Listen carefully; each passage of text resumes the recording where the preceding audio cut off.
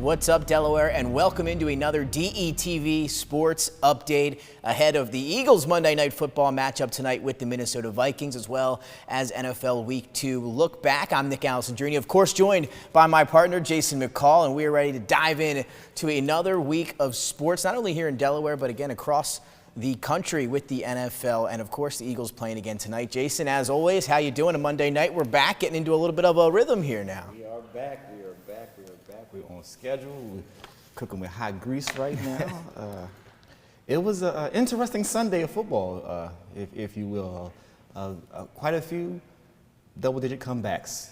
It was wild. Yesterday. Wild. So bettors beware. There were a bunch of bad beats yesterday. Yes, there were some bad beats. So if you made your way over to Delaware Park or wherever, you might have been holding on to those tickets pretty tight, especially at the end of those 4:05 and 4:25 matchups. The Raiders up 20-0. We'll get to that game, as well as a few other ones, including your Baltimore Ravens. So we'll talk about them in just a little bit. Again, on the agenda, that one's just left blank. It's just Jason McCall fill in here. So we're going to let Jason go off a little bit later on that. But let's get started with some of the headlines from Week 2, and it starts the last time that we all got together, and that was Thursday night ahead of the Chiefs and Chargers matchup. Again, the Chiefs went on to win that contest, but in bigger news as we move on to the rest of week number 2 is the injury to Justin Herbert. He's got some fractured rib cartilage, obviously, in the rib cage, so that can be a little bit more tricky than a fracture in the bone, which could heal a little bit better, a little bit quicker than some fracture in the rib cartilage. He's day-to-day. Jason was able to throw a very nice touchdown pass for a nice backdoor cover on Thursday night, so that was good, but he looked in a lot of pain after that hit, and Coach Brandon Staley saying he's day-to-day. Day-to-day is a nice way of saying we don't know how to diagnose him just yet. That's true. Ribs don't tend to heal fast for anyone, but especially for a quarterback, when you talk about the amount of hits they take and their throwing motion with the velocity that they throw the football with, that's going to be a lingering injury. So I don't see Justin Herbert being the Justin Herbert that we've seen the past few years. Rib injuries for quarterbacks normally takes them about 8 to 10 weeks to fully recover from them. We saw Drew Brees had a rib injury a few years ago. A couple other quarterbacks have had similar injuries. I don't know how this will play out right now. Of course, they say the other day, but when you're a quarterback and the torque that you're using throwing the football and your ribs and you used to get hit, flapjack is only going to do but so much, and you can't take those many cortisone shots either in your rib collar. So they might either sit him for a few games. I'm not saying put him on IR, but at least give him maybe 2 or 3 games to actually heal. So we'll see what they do, but it's up to Herbert how he feels. But I would sit.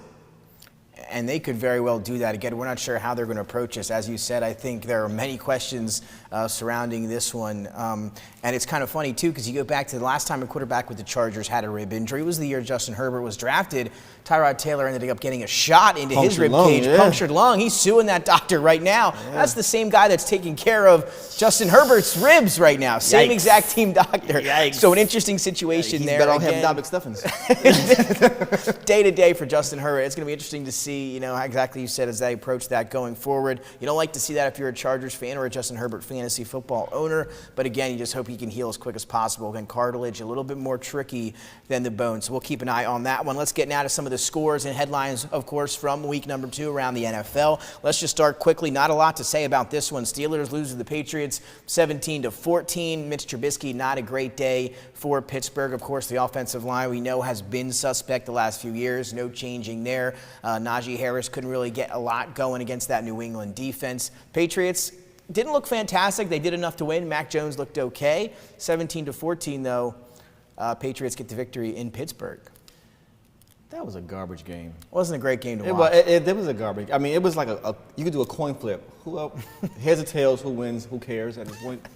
I mean, that wasn't really a game. It was national TV on CBS. Don't know why, but. That's right. We had it on all our TVs here. Again, that's why, again, not a lot here. It's about that game. That's why we're kicking off with it rather quickly. But anything stand out to you? Kenny Pickett chance in the second half? No, Mitch needs to get the 100% chance to play.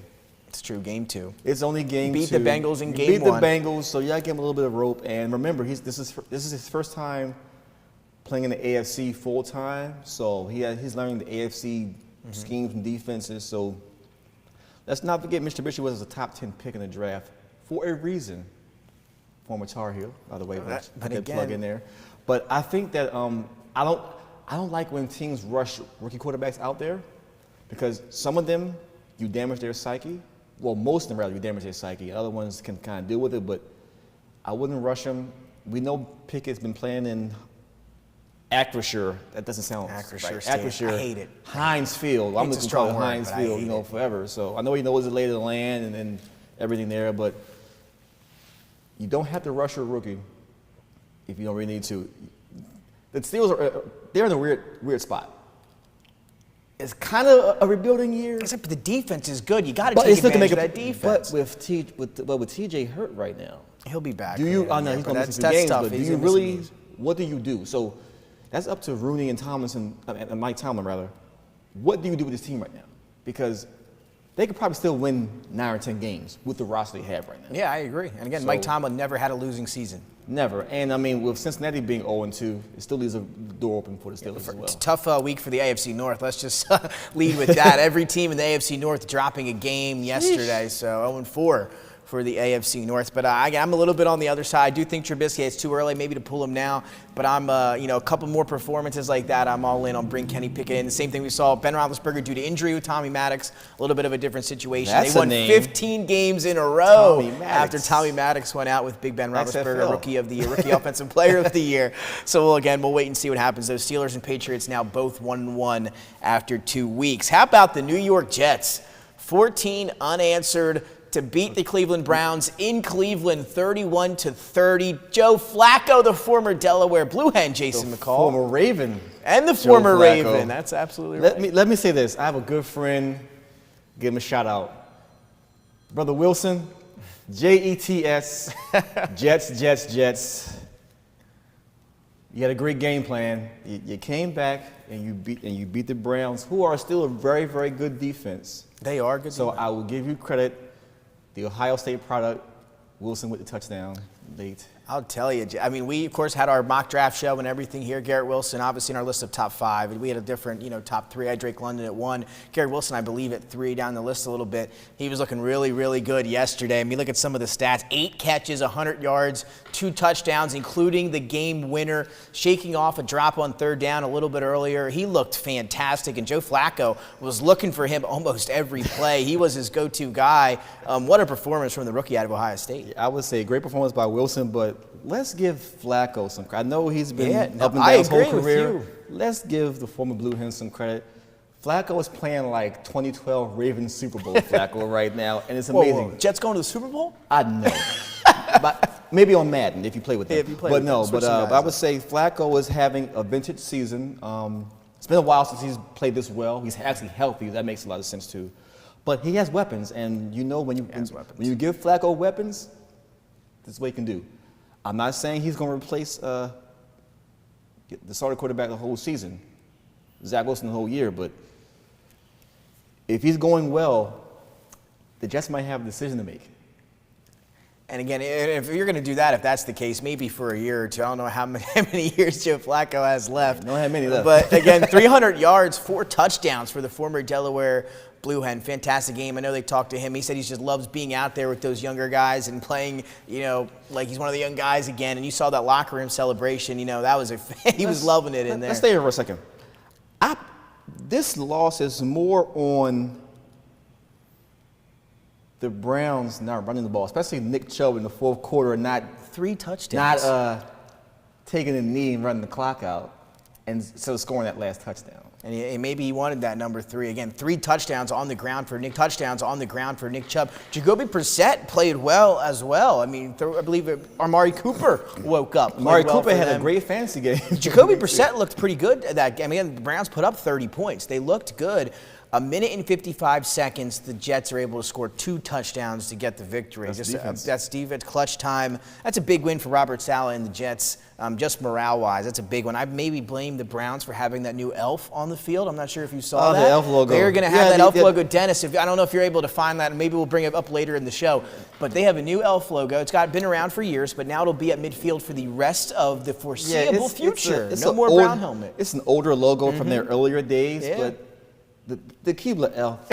only belongs on cookies, not on a football field. I agree. I think it's pretty funny that it's out there. But 0-1 now with the elf at midfield for the Browns. Take note of that. Let's get going to Dan Campbell and the Detroit Lions, the subject of Hard Knocks on this year's HBO hit series. They get their first win. Again, of course, you remember what we talked about on Thursday. Favorites for the first time in the last 24 games. And as I was talking to Dennis before the show, he said they played like it, and they certainly did. 30-plus for that offense for the second consecutive week under Jared Goff. DeAndre Swift banged up, still was able to make his impact felt. Amon-Ra. And there he is. Saint The Sun God, Brown. baby. The Sun Amon-Ra, God. St. Brown. Amon-Ra, Have him on Sun both God. of my fantasy teams. I was all in on Amon-Ra this year. Sun and I'll tell God. you, he looked great in that game. The sun God is shining right now. Amon-Ra St. Brown.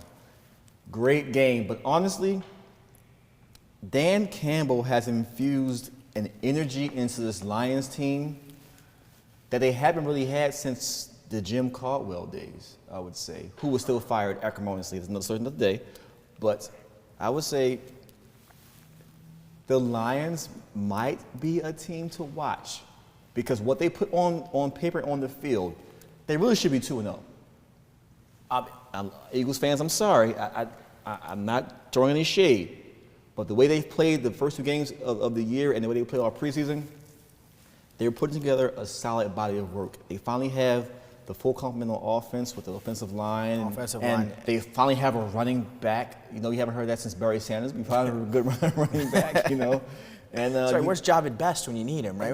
But the thing is, I don't think there's always been a problem with having running backs. They've had Amir Abdullah, Javid Best.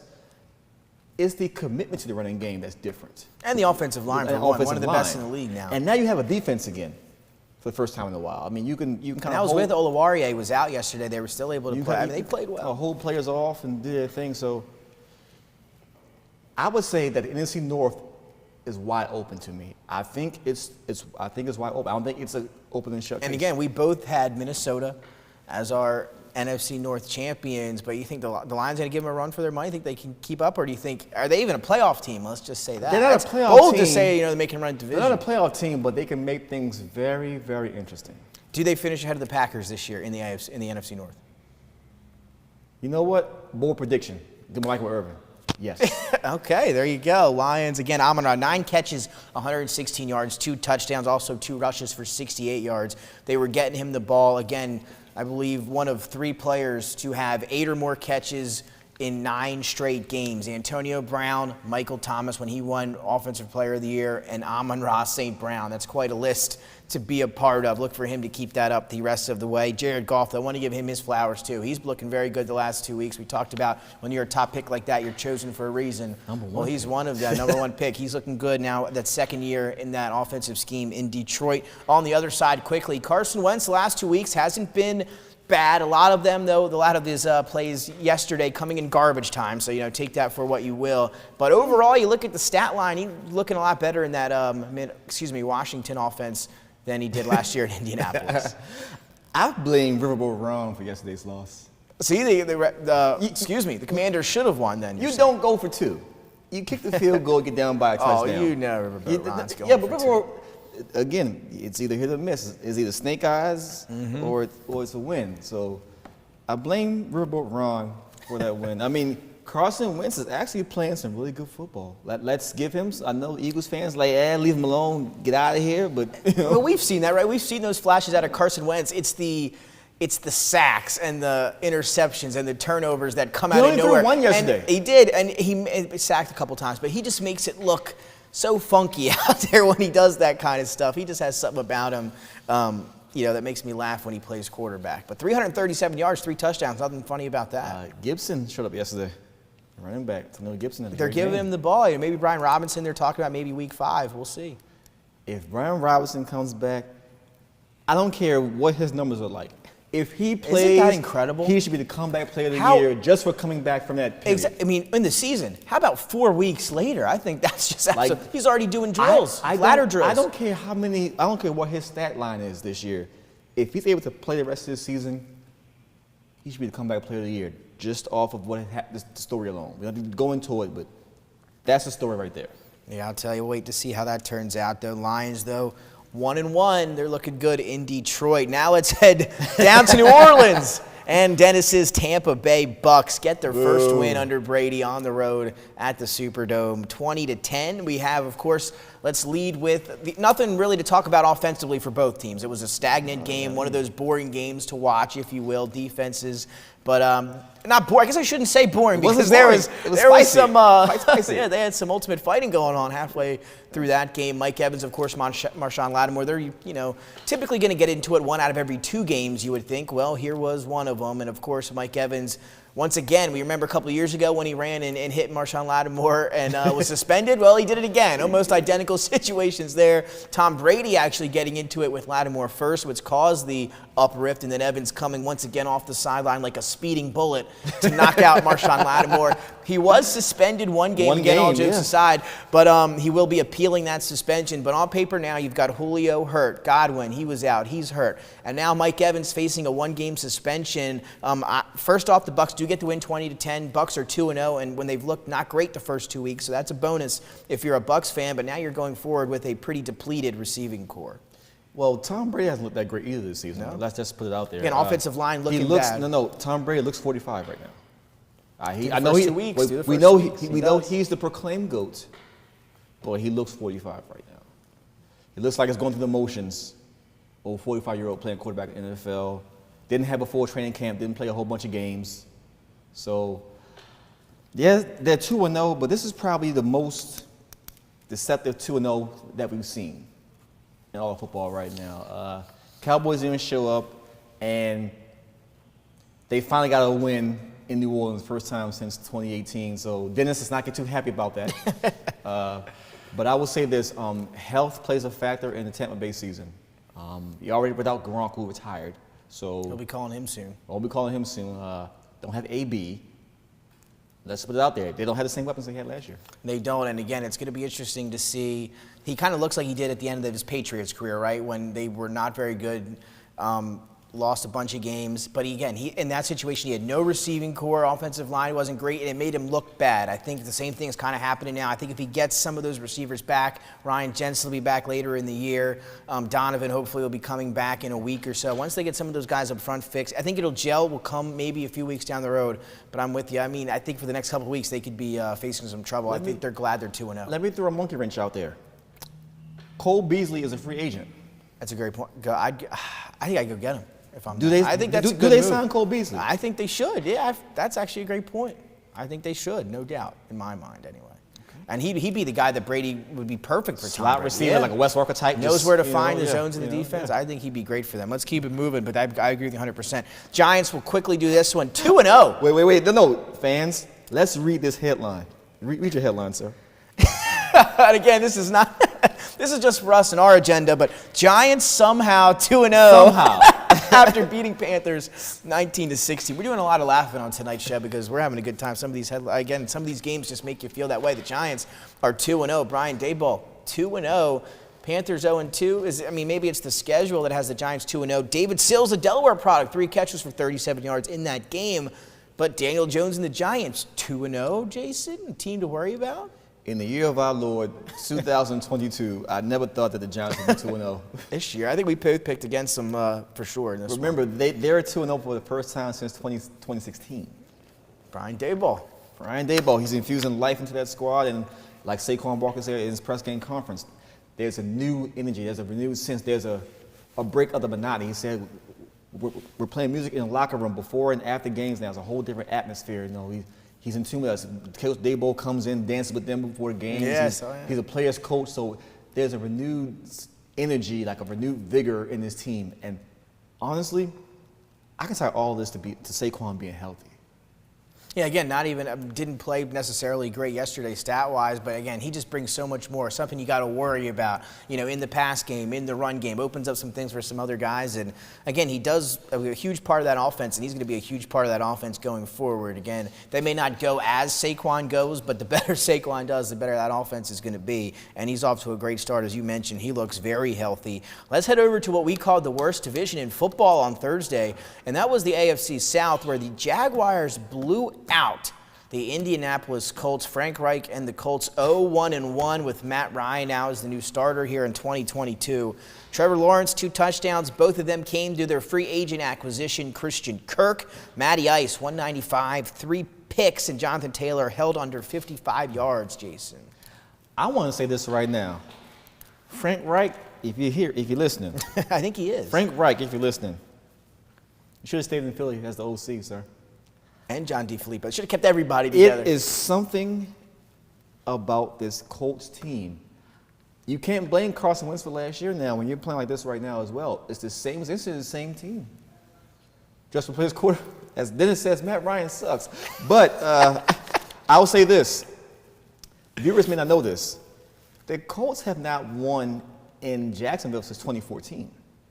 They've always play them tough there with that They have now defense, too. won in Jacksonville since 2014. This is 7 games in a row in Jacksonville. How about that they've season? lost. There you go. But 24-0, like, you That's- didn't put up a fight. that's bad. You made Trevor Lawrence look like Joe Montana yesterday. No, but I mean, think Matty it says- Ice looked like- I think it says more about the Jaguars' renewed focus on defense. And James Robinson. What can you say about James Robinson? Got him, too. I'm telling you. I mean, comeback player of the year, he's going to be on that short list as we go forward. We mentioned a few other names. He's got to be one of them. He's got to be one. He's got to be Yeah, one. he'll be coming off an Achilles like that. I mean, what a quick recovery, and he's scoring again second consecutive week with a touchdown for James Doug Robinson. Peterson, Eagles fans. Doug Peterson. Doug Peterson again. He got the Gatorade bath and everything after his first win with the Jaguars this week. Again, happy for Doug Peterson and the Jacksonville Jaguars. Here we go, Dolphins and Ravens. I know we're kind of running low on time a little bit, but we got to get this in, and we got to get your thoughts here. What a fourth quarter by Tua Tagovailoa. 6 touchdowns in the game. Marcus Peters coming back after that injury. Jace, I believe that was his first game he played. Didn't play back in week number 1. Marcus Williams looked banged up in the game. Humphrey, I don't know. What do you think about the Ravens overall blowing that lead? Lamar, of course, looked fantastic. Give him, again, doesn't have a contract. We don't understand why. Don't understand why. He looked fantastic. Bateman looked pretty good. The offense, not too bad, but you didn't like what they did down the stretch. Give me a moment, just. It was that kind of game. My boy Mike McDaniel really looking good, Jason. You were up 28 to 7 at half. 35-14 going into the fourth quarter. And you let the 2 fastest receivers in the entire NFL How you let them get behind you? run He got one rampant. job. Tyreek Hill had 2 touchdowns that there was nobody within 15 yards of him. I mean, It's hard to let that happen, right? 15 yards of him. And Lamar Jackson has a great game. He broke the all-time record for 100 yards rushing for a quarterback. He did. He had a 79-yard touchdown run. He did. He threw a 75-yard bomb to Rashad Bateman. He did. The game started off with a 103-yard kickoff return from Devin Duvernay. Everything was done right except the fourth quarter. And we brought back Mike McDonald for what? But also, you don't run the ball late in the game. You're up 2 touchdowns. Run the ball. You have Mike Davis. You have Lamar Jackson. You have other running backs who can run the ball. You run the ball, you milk the clock, and you play great defense because you couldn't stop Waddle in the first half.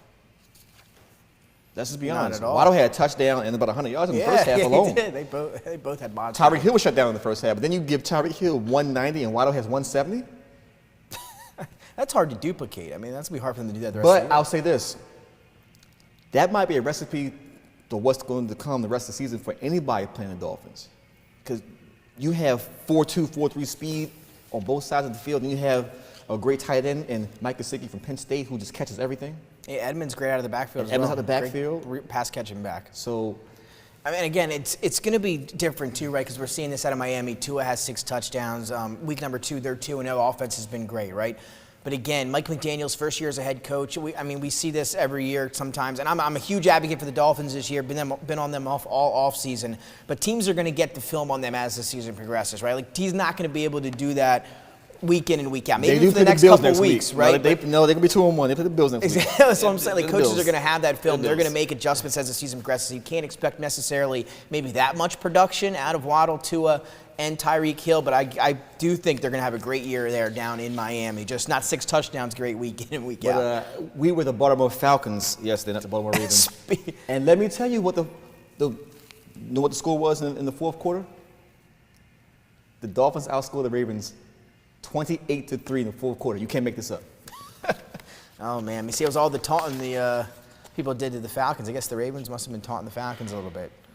Came back to bite them, I guess, there. But let's keep it moving. Speaking of the Falcons, they almost pulled off a comeback themselves. The Rams absolutely in control for a majority of that game. I mean, I believe they were up 28-7. It was 28-3. 28-3. Again, that's right. Again, Rams giving 11 points in that one. Huge favorites at home coming off that loss against the Bills, blowout loss in the NFL season opener. Rams, they hold on 31-27. The Falcons making a run there, making this thing a game late. They recover the onside kick, score again. 4-point lead for the Rams. Cooper Kupp, great game. What did you see out of L.A. quickly? First of all, I want to say I told you so. I told you that the Rams wouldn't cover that. Oh, see, there you go. Yeah, on Thursday, whatever. They were looking good for a while. I was excited for a while. Jalen Ramsey made up for last week with that late interception to seal the deal for the Rams. He also had a nice couple tackles, came up in the run game. He did have That's a what good he said about the game. That game That's was right. trash. And you told him to wake up. He must have been listening to you. He woke up and he sealed the deal. That's all you can say about that game. They held on. And quickly before we move on, Kyle Pitts, another day where he was held under 20 yards receiving back-to-back games. You worried about Kyle Pitts going forward? Is it the offense or is it Kyle Pitts? It's the offense. It's the offense. I agree with you. And it's Marcus Mariota. But Drake London looking really good yesterday. London looks great, but I don't, yeah, just the way they got to scheme him better open from the tight end. Well, Mariota never really used the tight end as well anyway, even go back to Tennessee days. He didn't use anybody well. Let's keep it moving there for Marcus Mariota. 49ers beat the Seahawks 27-7. Big news there, though. Trey Lance, broken ankle. He will miss the rest of the season this year. Had surgery today. They said it was successful out in San Francisco. Now we'll go on 3 or 4 years now, Jason, where he just hasn't even played any football at all. So 3 years where he hasn't played more than a game or two. You worried about him going forward? Maybe, obviously, this year for the Niners, whatever, but going forward in his career. The jury's still out on that, but that was just a very unfortunate, gruesome injury yesterday. But give credit to Jed York and John Lynch. You able to keep Jimmy G. Backup plan worked, right? Backup plan worked. And the way they celebrate with Jimmy G when he scored the first touchdown of that game yesterday, they're rallying around Jimmy G. And I think the players, I hate to say this. I agree with you. I think the players believe more in Jimmy G than they do Trey Lance. And it's funny you say that. Reports out just a few hours ago that is exactly what the reports are out of the locker room in San Francisco. Insiders out there are saying the players that they've talked to, the veterans, are now more comfortable and now have more confidence in Jimmy Garoppolo. Again, you don't really like to hear that, right? If you're, you got Trey Lance, you want to give the quarterback that you was named the starter all the confidence in the world. You want to make him feel right, but now it's Jimmy G's show going forward.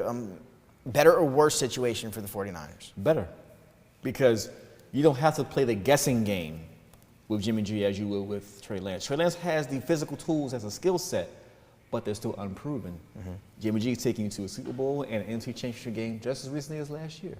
So they're familiar with Jimmy. And I think it's a matter of just, really this year, it's a matter of the offense staying healthy. I agree. Debo and George Kittle. Debo has to stay healthy. Kittle has to get healthy. Hopefully Elijah Moore will be back for that offense. Davis Price, the rookie, looked pretty good in some of the carries he had. Jeff Wilson led the backfield for them. Didn't look bad either. Quickly before we move on, Geno Smith came back down to earth at least a little bit. 197 yards, one touchdown. One interception, no touchdown. Seahawks only put up 7 points. Kind of what we expected out of him in week number 2. But that's a tough defense on the road. Yeah, I would say that's more credit to the 49ers defense. Yeah, exactly right. So we'll keep moving here. This one, I want to talk about it more. We don't have too much time. Cowboys stunned the Bengals 20-17. I think we both sat up here and kind of was like, whatever the spread is, give it to us. We'll take it regardless. Joe Burrow off a loss, coming to play a Dak Prescott-less Dallas Cowboys. It was all Cowboys. Cooper Rush, very efficient, managed the game very well, 235 yards, 1 score through the air. But it was the defense from Dallas, right? 6 sacks on Joe Burrow, 13 sacks through the first 2 weeks. I believe that's an NFL record through the first 2 weeks of the season. Boy. I know we've seen the memes of La'el Collins on Facebook. They interviewed him right when he was signed with the Bengals, and he said, hey, Joe Burrow, don't worry, your bodyguard's in town. You're not going to take any hits no more. Well, when you set a record for the most NFL sacks through 2 weeks, you might have an issue with that new offensive line that you spent so much money on. We talked about worry level last week with the Bengals after dropping that game in Pittsburgh. We both said it's all good, they'll be fine. Now they lose on the road in Dallas with no Dak Prescott. Are you worried now about the Bengals? I am hitting the panic button because that offensive line is atrocious. But it shouldn't be, right? Why is it? I didn't think they could get worse than they were last year. Why is it so and they made the bad? Super Bowl last year with a trash offensive line. Mind you. But it's worse than last year's line. And on paper, it's like if you were to look at this, with the free agent acquisitions that they had this offseason, you're looking at them as a top 10 offensive line. Top 10. And now they're setting the record for most sacks through 2 weeks. You don't play games on paper. Exactly right. And that's what I mean. So, that's just crazy to think about. So I think I'm with you. I'd be worried a little bit. I'm worried. And they're not using Joe Mixon properly either right now. They didn't. I don't know. Jamar Chase had a usual Jamar Chase game. I would say Mixon and T. Higgins are not showing up right now for that Bengals squad. Big touchdown for T. Higgins late, but I still think, with the family stuff that he's been through maybe. But you're right. I mean, coming in, people had this as him, Tyler Boyd, and Jamar Chase as the top receiving core in the National Football League. That's what this receivers were labeled as. I will say in the defense of the offensive line, Joe Mixon, et cetera, and the receivers, I think Joe Burrow holds on to the ball a little long. I think he holds on for the ball a little bit long. But again, that's just a minor thing. The offensive line is the real issue, no doubt. You can't make that up, but 13 sacks in 2 weeks is tough to overcome. Yeah, I would say, before we can get into our next game, I would say Joe Burrow has always had a slow trigger, if you will. That is true. This is back to his Ohio State days before he transferred to LSU. So it's just one of those things you got to overcome. Yep, and he will. Hopefully they will. I guess down the road we are both, though, a little bit worried after the Week 2 loss to the Cowboys. But thank you, Cowboys, though. You helped the Ravens. Thank you very much. And the Steelers. Again, AFC North, 0-4 this week in week number 2. Broncos beat the Texans in an ugly one out in Denver. Pass. 16-9. Russell struggles again. We're just going to leave it at that. Russell Wilson, is he getting older, Jason? Just quickly. He looks a step slow to me. He's not running near as much as he used to. He's trying to stay and make throws. It's not working out for him. Not older, not a step slower. Like I said off air last week, entirely new coaching staff, people's first years in their roles. So you think he settles down? I think it's more of a coaching issues, and that they actually kind of have to have a meeting of the minds and figure out what works and what doesn't, because I think they have to condense their playbook, honestly. I think it's too many plays out there right now that really don't work. They're trying everything. Condense the playbook. I think they're trying to impose Coach Hackett's will on the team, but it's more something to be Russell Wilson's team and what he can do best, utilize his skill set and make plays that optimize him to be great in all the games. That's what I think they have to do. And again, we'll see. Could be a big loss for them. Jerry Jeudy dealing with an injury. He's supposed to be okay. So great reports out of Denver today on his x-rays. Were negative, so he should be good going forward. Would have been a big loss for Denver. Cardinals, well, again, before we move on, I got to say this. I have the camera right here.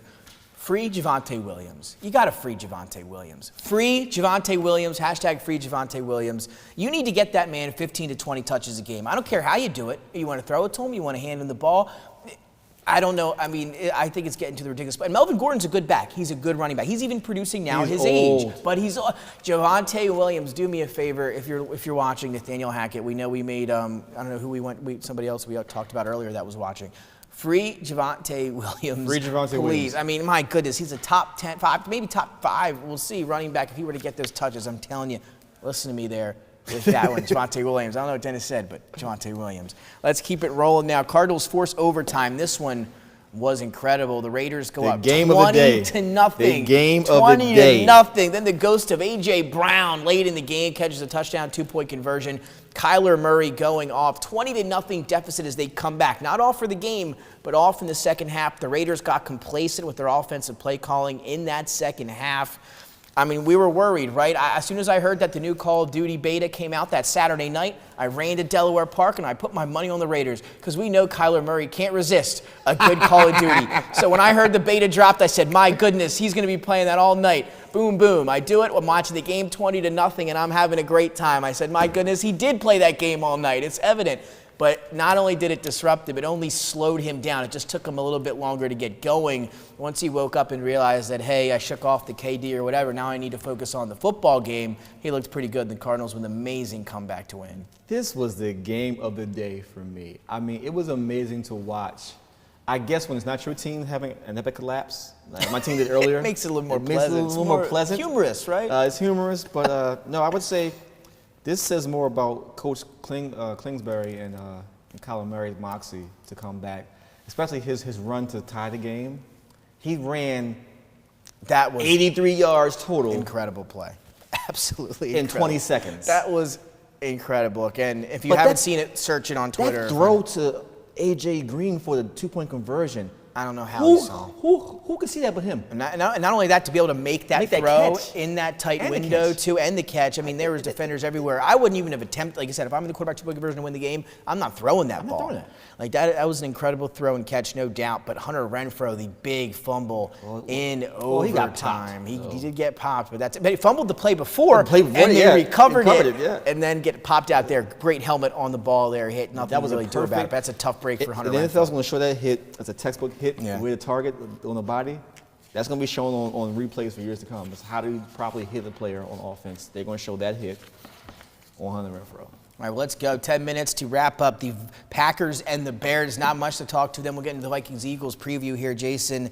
We all know Aaron Rodgers owns the Bears. He did so last night. Just in general is the way they did almost every time in Lambeau. Justin Fields, though, 14 attempts in just 2 games. Darnell Mooney has been a complete non-factor. 1 catch for -4 yards yesterday, coming off of 1 catch for under 10 yards in week 1. Cole Kmet, 0 targets and 0 catches. Couldn't even get a look for him. David Montgomery, the only bright spot for Chicago, but it was an Aaron Jones game last night. He looked fantastic. Yeah, Aaron Jones is the reason why I lost in fantasy this week. Yes, I can see. I was up until that game happened. Sunday night. Sunday night So, killer right there. But I think this is more of an indictment on the Bears' play calling with Justin Fields. What? I don't get it. Let that man throw the ball. I mean, we saw him do it at the end of last season. We saw him do it in college. Let him throw the So ball. what's up with that? I mean, new coaching staff. We thought Matt Nagy was the issue. We're not letting, free Justin Fields, if you will. You bring in Eberflus in this new offensive system. We know Eberflus is a defensive guy. But you do get new offensive coordinator, new everything. And 14 attempts in 2 games. I mean, we get it. Last week was a monsoon. But come on. I mean, that was just Yeah, the I game don't- script I fit don't- that. They were down. I don't get that, but Aaron Rodgers sure indeed discount double checked the Bears, and he still owns you guys. He has real estate. I mean, beachfront property. He'll be the mayor of Chicago. You My know, goodness. he- We'll see. Again, maybe when he goes to Chicago, they'll make it tough on him. Early, it looked like, maybe we'll have a game here. Not the case, No, though. he lives on Lake Madison. He's okay. He's all right. So let's move on now to the big game tonight. No, we're not talking Titans and Bills, though we will get our picks for that one in a little bit. It's the Eagles. Monday Night Football, prime time, week 2, the home opener, just up the road at the link up north on 95. So a fantastic one on paper, as we talked about. Maybe one of the best games so far of the season, or of the Eagles season, especially with such a weak schedule. Big games only so often this year, at least when you look at it before the season started. Vikings, Eagles, that's the big one. Eagles now at 2.5-point favorites. That line is trending to 3 as we speak right now. The over-under is set at 50. But before we get into kind of the gambling aspect of it, or just the betting aspect in our picks and whatnot, let's talk a little bit about the actual, schematics of this game, Vikings and Eagles. Both teams coming off big week 1s, big points put up. Justin Jefferson, huge game. A.J. Brown, huge game. Dalvin Cook, 4.5 yards a carry. Sanders running all over Detroit. Offensive lines for both teams has played well. The defense even played well for the Vikings at least. The Eagles didn't play poorly. The Lions put up 30 again this week, so we'll see going forward. It was actually, if you look at the stats from that win over the Lions, the pass defense for the Eagles was really good. Bradbury gave up a 0 QBR, also had a pick in the 6 targets. Slay could have been a little bit better, but overall, Chauncey Gardner-Johnson and the rest of that secondary played well if you look at it there. What is going to be what you're looking for here tonight with the Vikings and the Eagles, Jason? I'm watching the Eagles secondary tonight. Who's going to cover Justin Jefferson? Are you going to play a bracket coverage on him the entire night, or are you going to leave a spy or something? I don't know what you're going to do to stop Justin Jefferson, because he's going to move around the entire night. Like I said again from last week in week 1, Justin Jefferson, as you see the highlight here, he's going to move around a la Cooper Kupp. Absolutely right. And play every position on the field. So I think the key to the game is, honestly, I would make the Vikings a running team. Let Dalvin Cook beat you. Because Justin Jefferson by himself can beat you.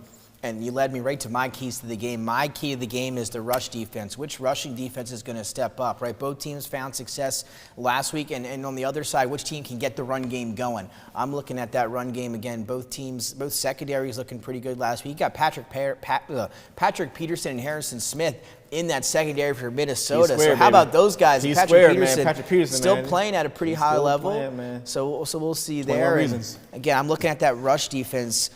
Eagles gave up 144 yards on the ground last week to DeAndre Swift, 9.6 yards per carry for DeAndre Swift. Cook, again, 20 carries for 90 yards. They gave up 6.2 yards, did the Vikings to the Packers overall, 111 yards and a touchdown on the ground. We saw Miles Sanders run for close to 96 yards and a touchdown. Jalen Hurts, 90 yards and a touchdown on the ground. So both teams can run the ball. We're going to see who can run it more successfully tonight. That's going to be my key to the game, because off that comes the play action. That'll come the big plays. And, of course, we think Jalen Hurts is pretty good off of this play action now with A.J. Brown as well on the outside. So throw Devontae Smith the ball, please. It's time, right? Week 2. Throw Devontae Smith the ball. Us fantasy owners need Devontae Smith to have a good game. Throw Devontae Smith the ball. But honestly, I think he needs to get more involved, because you can't just force feed A.J. Brown the whole game. And in Minnesota, they're going to be keyed in on A.J. Brown. You can't not be after he gets 13 targets and 155 yards in week 1. So look for Patrick Peterson to maybe stick with him. Harrison Smith's going to be over the top. They're going to try to limit A.J. Brown here today. We'll see what the Eagles decide to do. You got Dallas Goedert, you got Devontae Smith, as well as those running backs. We'll see what the Eagles do offensively. Again, my key to the game will be run game. We talked about your key to the game. Who's your player to watch? Give me one you're focused on tonight in that matchup. I'm going to spotlight Dalvin Cook tonight. He can run. He can cut out the backfield. If you shut down Justin Jefferson or you limit him, I think Dalvin Cook has to step up.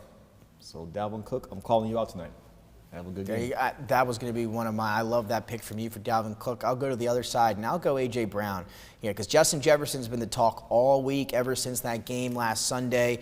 How are you going to do in Philly, yada, yada. You know, are you going to break the record this year? That's just after 1 week of football. A.J. Brown being kind of the guy less talked about on the other side, playing receiver. Look for A.J. Brown, in my opinion. Hopefully he's going to maybe try to match or exceed. We'll get to those in a little bit. Maybe Justin Jefferson here tonight. That's a lot to ask, but I think A.J. Brown could be my player to watch here tonight for the Eagles. So let's answer some questions here tonight. Let's have some fun as we head for Monday Night Football. Up first, we're having kickoff right now underway on ESPN. Joe Buck and Troy Aikman have the Tennessee Titans at the Buffalo Bills. Quickly, we'll pick this one here tonight, Jason.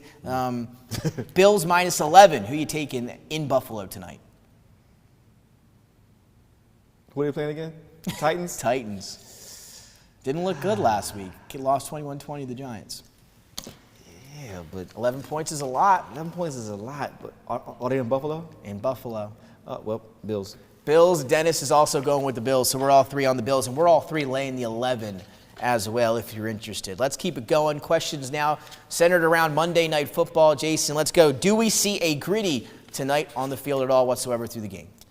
Yes. And it would be from Kirk Cousins. Kirk Cousins, there you go. I wonder what the odds on Kirk Cousins greeting tonight are. We don't know. More pass yards, Kirk Cousins or Jalen Hurts? Kirk Cousins. I'm going to go with Kirk Cousins as well. Jalen Hurts looked to make up for it on the ground with some of his legs. More rush yards, Miles Sanders and Kenneth Gainwell or Dalvin Cook?